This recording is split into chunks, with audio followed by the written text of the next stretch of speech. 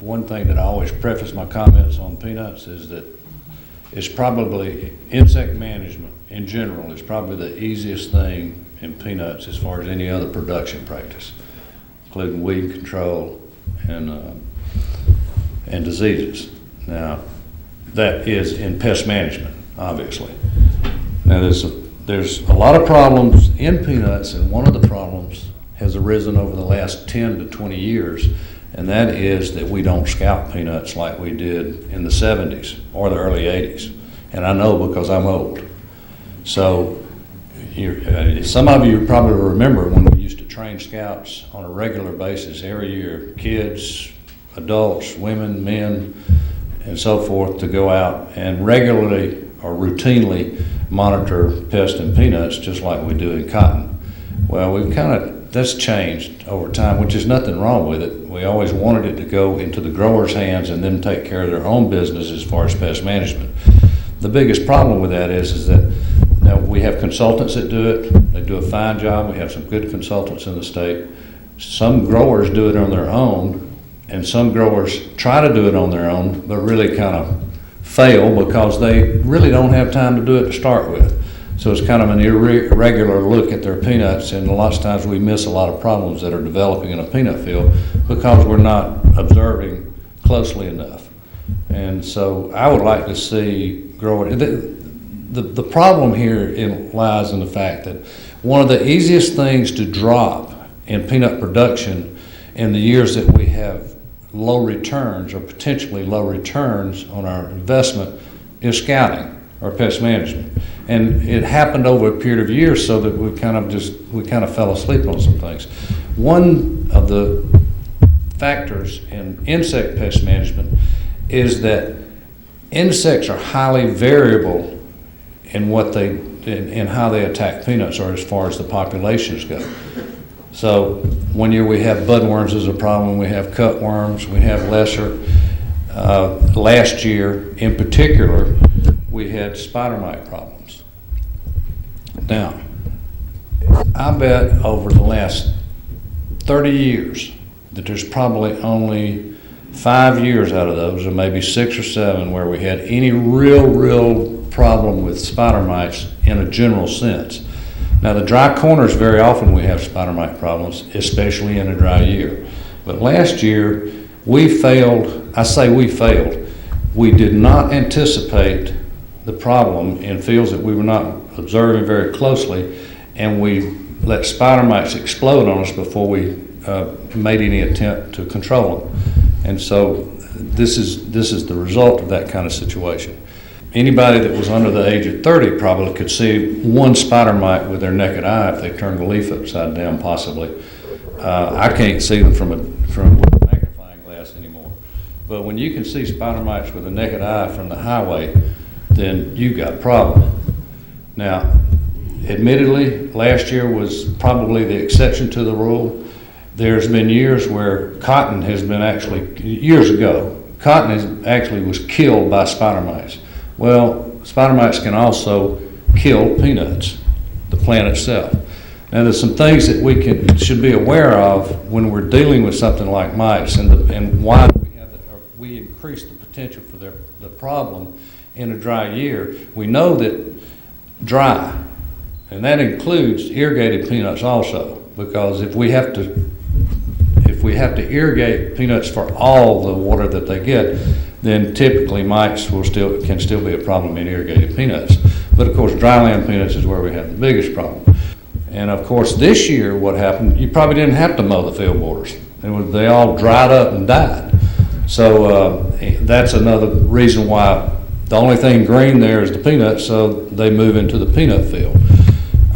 We know that after chlorpyrifos, Lorsban type applications, that we can run it, exacerbate other problems, and spider mites is one. We can casually document this without a lot of research, that we have problems behind Lorsban. It doesn't mean that Lorsban shouldn't be used, and it doesn't mean that we're not getting a benefit from Lorsban where we use it for some other problem. But we have to watch those fields that we use it in, especially dryland fields, for potential mite problems, potential cutworm problems, potential other types of worm problems, because we do kill off a lot of the ground-dwelling predators that live in peanuts. And believe it or not, all the predators and parasites, or the predators, don't all live up on the plant. A lot of them are ground beetle types that you really don't see that much, that control things like cutworms, especially, and armyworms. Pyrethroid applications, we use pyrethroids a lot of times than probably a lot of the applications going on in June, especially maybe 1 to 2 or 3 sometimes with our fungicide sprays to knock down 3-cornered alfalfa hopper. One pyrethroid application typically is not going to make something else explode in the field. But if we use multiple applications of pyrethroids, then we have a tendency to cause problems with other insects, especially the foliage feeders. Mites, but remember this, pyrethroids have an effect on other thrips. They may not knock the population totally out, but it does kill thrips. Well, thrips is a major predator on mites. All the thrips are not just plant feeders. Some of them feed on mites also. Excuse me. So when we do, this is where our problem lies, is that we knock out the good guys. Acephate, we don't use a lot of acephate now in peanuts. The early applications for thrips, which 9 times out of 10, or well, we won't say that, but typically we don't have to use a lot of acephate. Those early applications we're not concerned with. Those when you're using a burn down spray and you spray orthene for thrips, I don't care about that. That's no big deal. It's the in-season applications. If we use them for worms or something like that, when peanuts are already lapping, then we can run into some other problems, because it's a general insecticide. It kills a lot of insect pests. It also kills a lot of predators and parasites. And it hangs around for a little while. It's still a good insecticide, but just be judicious in the way you use it and be ready for anything that might occur after you do use it. And the last thing I have on here, there are other factors, but a rescue treatment with herbicides. Remember, if in a very, very dry year and you have the borders you don't have a lot of problems on, but the weeds in the field, you go, especially if you've got a lot of them, mites reside on those. So if you go and kill those out, then the mites, if it's a preferred host, you kill the preferred host, they'll move into the peanuts. So these are just a few things that you might keep in mind in an extremely dry year to follow up after you make these kind of judgments on what's happening in the field before it gets to the point that you can't control them. And the problem with mites is once they get into an explosive situation, it's a numbers game. If you kill 90%, you still have a problem. So if you're going to kill 90% and not have a problem, it's going to have to be early enough when the numbers are fairly low. Well, in those cases, a lot of times they're real spotty. You have them around a telephone pole out in the field, or power pole. Or you have them in a draw where you're not planting, where you don't plant, in a bottom where there's a lot of weeds but there's no peanut.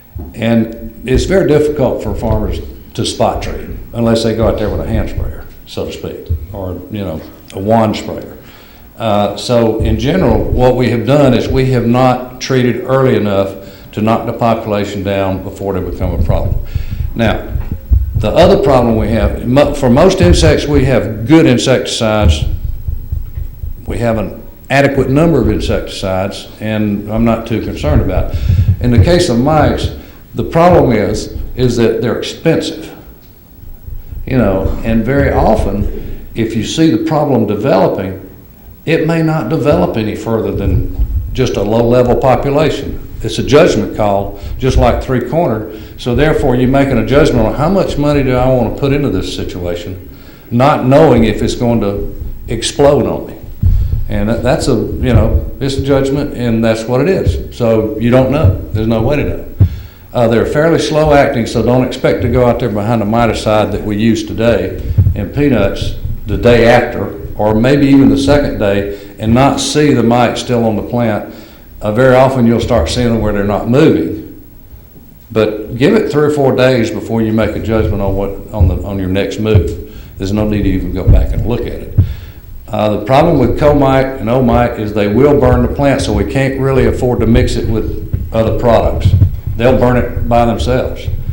So it'll overcome the burn, the plant will overcome the burn, but that doesn't, you still don't want to mix it with a lot of other products.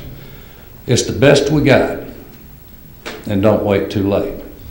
It's the best we got. Now, in the vegetable industry, we've got 3 or 4 other miticides that are true miticides, that are very good miticides, that are not registered on peanuts. We can't afford to use them on peanuts because it's not legal. And it's kind of sad because these are old products this is all we've had for years and years and years before I ever came back and started working on peanuts. And it's kind of a difficult situation because we've got on the shelf in Georgia other products that are a lot better. Now, in the Farm Chemical Handbook, I still call it that, I'm not sure what they call it anymore, we still have danitol. Now that is a pyrethroid as a miticide. It's on the label as a miticide. Years ago, it's probably the worst thing they could have ever done is put mites on the label of a pyrethroid. It has low-level activity. I would call it more suppressive. So as we move down through here, you can see what I'm not excited about it, never have been. Use early and use once, because it's just like any other pyrethroid. You start using multiple applications of this product and you're going to explode some of the problem that you don't want to deal with. It's just going to make it that much more expensive. Now, real quickly on burrowing bugs. I'm not going to rehash everything that we talked about last year on burrowing bugs. And there's pretty much nothing new on burrowing bugs that I can tell. Jay Chapin is about ready to quit everything he's doing, so as far as research, so there's no real new information on burrowing bugs. And I think y'all are familiar with these 2 slides from last year. These are Seg2 peanuts. Like some of you are familiar, had one grower had lost 100 loads to Seg2 over in the East Georgia area, and I'm sure there's 20s and 30 loads and 1 load and all that kind of thing. But when you start losing hundreds of loads of peanuts to Seg2, you have got a real problem, and economically. Now, we know that drought conditions favor the intensity of the burrowing bugs, so peanuts that are under irrigation are going to have a added benefit or a benefit over those that are non-irrigated. And of course, if we weren't in a La Nina year, we might come back to El Nino and we might have fewer problems on strip till type peanuts. We still know that conventional tillage deep turning is the most effective practice in avoiding problems on burrowing bugs. Research, this is just about it. What the problem is, is economic. Dr. Todd retired. There's people in other states that have retired through attrition. We've lost our research component, and I'm just a stopgap in the extension side of things to deliver information that is developed through research. And I hit this every time because I was talking to Dr. Todd this morning about it. It's really sad because I've been doing this for about 6 years for the university, and I can literally see the gap widening and wider and wider and wider till it's almost unfillable as far as lack of new information on any one of these pests that affect peanuts, and especially a new pest such as burrowing bugs.